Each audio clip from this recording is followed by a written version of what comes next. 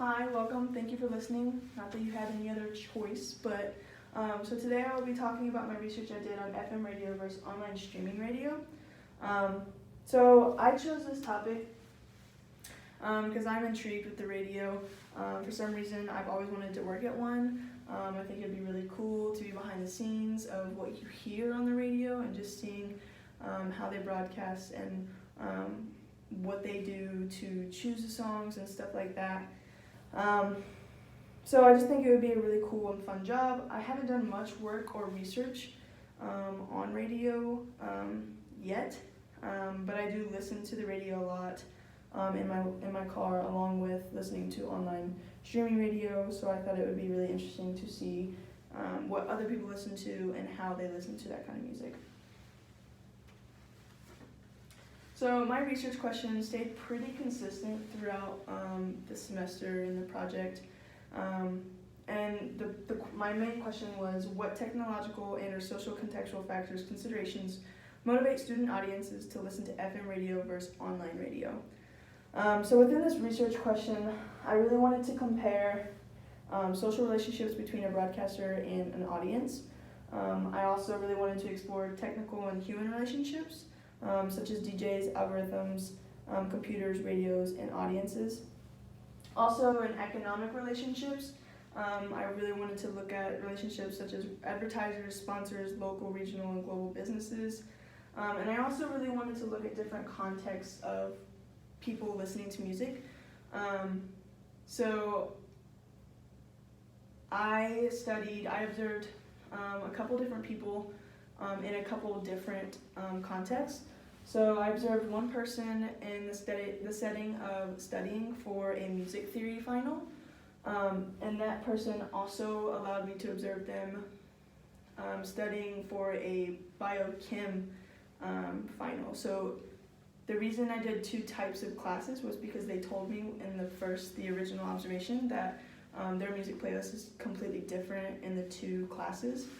So I thought that it would be really cool to see how different the music is and why that person chose to listen to that kind of music compared to the other music for the other class.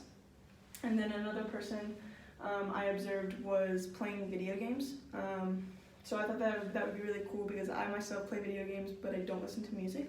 So I thought that it would be really cool to dive deeper into why they listen to music, what kind of music they listen to, and all that stuff. So my methodology, so I conducted informal interviews with a couple of my friends. I observed one of my friends, like I said, studying two different classes, and then another playing video games. I also partook in a participant observation, which was not part of my plan to begin with. I kind of wanted to do participant observation with the video games just because, like I said, I do play video games, but I don't play video games with music. So after observing someone in that context, I thought it would be really insightful and really cool to be able to see kind of what was going through his head, what kind of music he would want to see, or what kind of music he wanted to hear.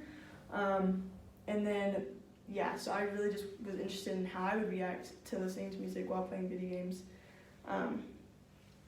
And then also, I had to overcome a lot of adversity and switch up my methods within this project. As you know, I had a couple weeks I was out being sick, had a couple setbacks with my field site, had to switch my field site, and then I had a death in the family. So I did have to switch up my methods a little bit and constantly, honestly. I was supposed to be at the radio station to begin with. That fell through, obviously, so I went from a pretty much formal setting where I would have had to been really formal with my interviews and my observations to a very informal setting with my friends in their dorm rooms and settings like that. So some of the questions that I asked some of my interviewers were, how often do you listen to FM radio? Do you think there's a lack of personal interaction within online streaming radio? So with FM radio, you have the broadcaster who is interacting personally with the audience, but with online streaming radio, you kind of have like an algorithm picking the music for you, and you don't really have anyone talking to you. So I was curious to see how they thought about the lack of personal interaction within the online streaming radio. And then also I asked how much has online streaming radio consumed your ears. So with those 2 questions, I really just was trying to get a feel with how much they listen to FM radio, how much they listen to online streaming radio, and in what context they do. So my results, I don't really want to say that I was surprised by my results, but because I wasn't, but I would have really liked to find just at least one person who listened to more FM radio than online streaming radio. With the people that I observed and interviewed, I consistently saw the same results with online streaming radio being their main source of music platform. So I saw a lot of trends between my observations. Everyone listened to online streaming radio over FM, except in the car with their parents. So both of my interviewees made the comment about how they listen to online streaming radio except for when they're home and when they are in the car with their parents.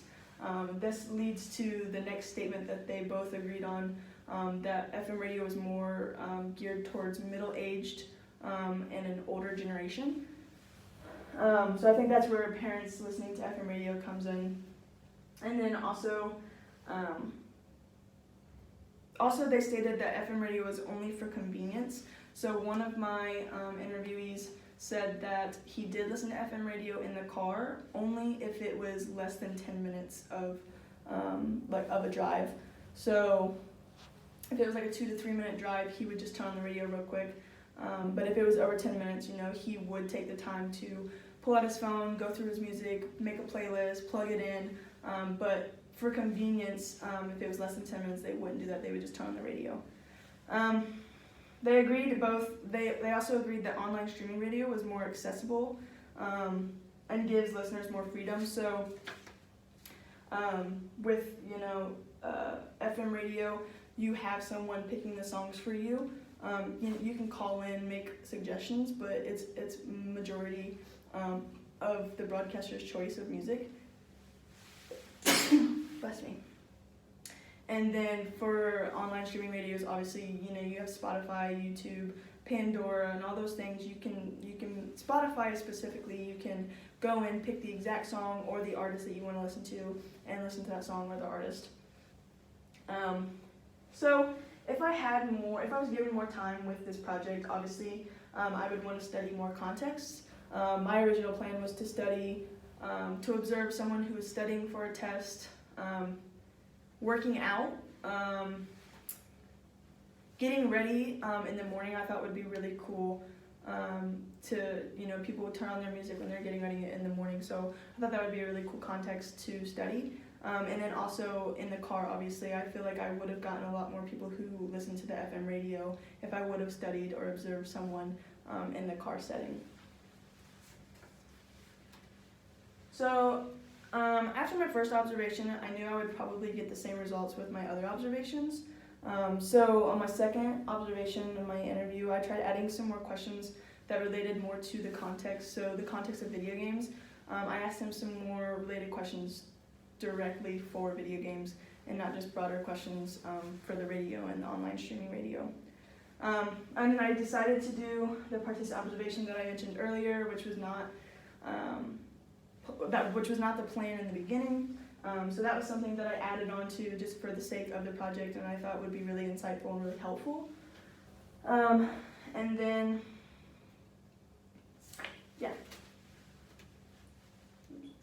So my positionality of this research, so I am a student, which made it easier to find other students who would be studying, especially so close to finals week and the final week of classes where they have exams. I found it very easy to find people who would be willing to let me study them while they studied. And then also I'm a music major, which made it more comfortable asking, this might be a little weird, but asking non-music major kids questions about music. So I thought that was really helpful that I was a music major asking non-music major students questions about music. And then I'm also a gamer, so like I said earlier, I do play video games, but not with music. So I thought it made it easier for me to understand the context a little bit better when I was interviewing the person who was playing the video games. I also listened to music a lot, actually, both on the radio and both on online streaming radio. So like I said, I thought that would be really cool to have that background within myself, but then also see and check the background of other people too. And then I also never mentioned if I listened to online streaming radio or FM radio to my observation people and my interviewers, just because I didn't really want to influence their answers. If I would have said something and they would have been like, oh yeah, like I agree with that, like I didn't want that to happen, so I did not mention any of my background with whether or not I listened to FM radio or online streaming radio.